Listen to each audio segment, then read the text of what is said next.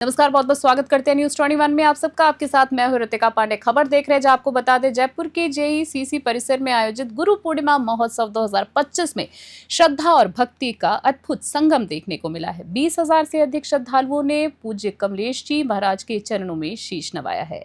कार्यक्रम में शामिल होने आए मुख्यमंत्री भजनलाल शर्मा ने कहा, मैं आज मुख्यमंत्री हूं तो आज ये मेरे गुरु का आशीर्वाद है। प्रदेश अध्यक्ष मदन राठौड़ और कई जनप्रतिनिधियों की उपस्थिति ने आयोजन को और गरिमामय बना दिया। कमलेश जी महाराज ने कहा कि भक्तों का प्रेम ही मेरा संबल है। गायत्री भवन परिवार की सेवा भावना ने आयोजन को सफल बनाया। साथ ही गुरु वंदन के साथ गुरु देवो भव की गूंज पूरे परिसर में आध्यात्मिक ऊर्जा का संचार कर रही थी। ये आयोजन केवल धार्मिक नहीं, सामाजिक जागरण के माध्यम भी बना। जब आए आज कमलेश जी महाराज का आशीर्वाद लिया है और इस तरह के कार्यक्रम हमारे देश की विभूति भी है, पहचान भी है। महान संत पूजनीय कमलेश जी महाराज साहब, उनके दर्शन करके मैं अपने आप को सौभाग्यशाली मानता हूँ। समाज को ये निरंतर मार्गदर्शन दे रहे हैं।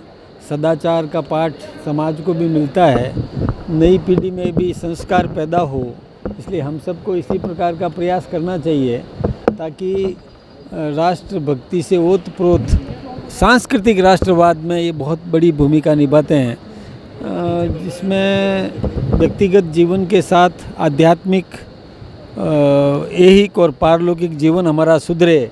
इसी निमित्त हम सब भक्ति भाव करें। आस्था रहेगी तो अपराध भी कम होंगे। इसलिए हम सबको यही प्रार्थना करनी चाहिए, ये नई पीढ़ी को भी प्रेरणा देनी चाहिए। बहुत बहुत मैं तो आप सबका भी आभार मानता हूँ कि आपने भी इतना महत्व दिया, और मीडिया एक बहुत बड़ा माध्यम है जिसके माध्यम से समाज को भी और मार्गदर्शन मिलता है। आप सबका बहुत बहुत धन्यवाद। गुरु और शिष्य की परंपरा निभाई जा रही है, वर्तमान समय में क्या कहेंगे? देखिए, ये होना ही चाहिए, हमारी प्राचीन पद्धति है। और क्योंकि गुरु मार्ग दिखाता है, सन्मार्ग दिखाता है, सही दिशा देते हैं, तो उनका सम्मान करना बहुत ज़रूरी है। और हमने भी अपने पूरी पार्टी ने भी पूरे देश के अंदर जहाँ जहाँ महापुरुष विराजमान थे, जहाँ पर कोई मठाधीश हो, पूजनिक संत हो, महात्मा हो, उनका वंदन किया, उनके चरण स्पर्श करके और उनके तिलक लगाकर माल्यार्पण करके उनसे आशीर्वाद प्राप्त किया। आशीर्वाद एक आत्मबल होता है। आशीर्वाद से बहुत बड़ी ताकत मिलती है। व्यक्ति की खुद की ताकत से अधिक आत्मविश्वास काम करता है। हमको लगता है कि गुरु का आशीर्वाद हमको मिल गया तो हम सफलता प्राप्त करेंगे। तो जीवन के किसी भी क्षेत्र में व्यक्ति जाता है तो आत्मबल के साथ में जाता है तो सफलता निश्चित रूप से मिलती ही मिलती है। ये तो प्राप्त करना ही चाहिए। राजनीतिक जो गुरु होते हैं उनकी भी महिमा ज़्यादा रहती है। देखिए, मैं एक बात बताऊँ, ये आध्यात्मिक क्षेत्र है, ये स्थान है, स्थल है, और यहाँ पर पूजनीय गुरु जी विराजमान है। यहाँ राजनीति की बात नहीं करूँ, लेकिन राजनीति में भी कोई गुरु होते हैं तो वो सन्मार्ग ही दिखाते हैं। देखिए, अपने कहावत है, जहाँ पे कृपा राम की हुई तहाँ पे कृपा करे सब कोई। और राम जी कृपा प्राप्त करने के लिए सबसे उत्तम साधन है कि संतों के चरणों में आप अपना शीश नवाते रहो, अध्यात्म और धर्म से संबंधित जानकारी लेके उनको अपने जीवन में उतारो।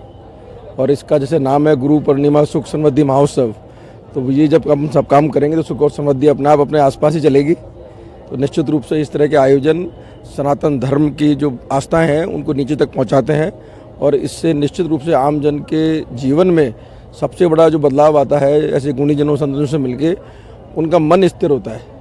और जब मन स्थिर होता है तो निश्चित रूप से मैं समझता हूँ उनका जीवन भी एक सही सकारात्मक तरीके से आगे बढ़ता है।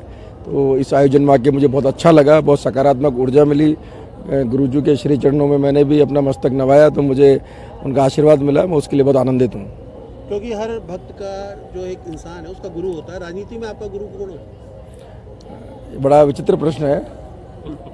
मैं मानता हूँ, देखो, मैं तो ईमानदारी से कहना चाहूँगा आपको कि मेरे को एक बहुत बड़े नेता ने एक बार कहा था कि आप भी तो मेरे चेले हो। तो मैंने उनको कहा कि मैंने आपको गुरु दक्षिणा कब दी थी?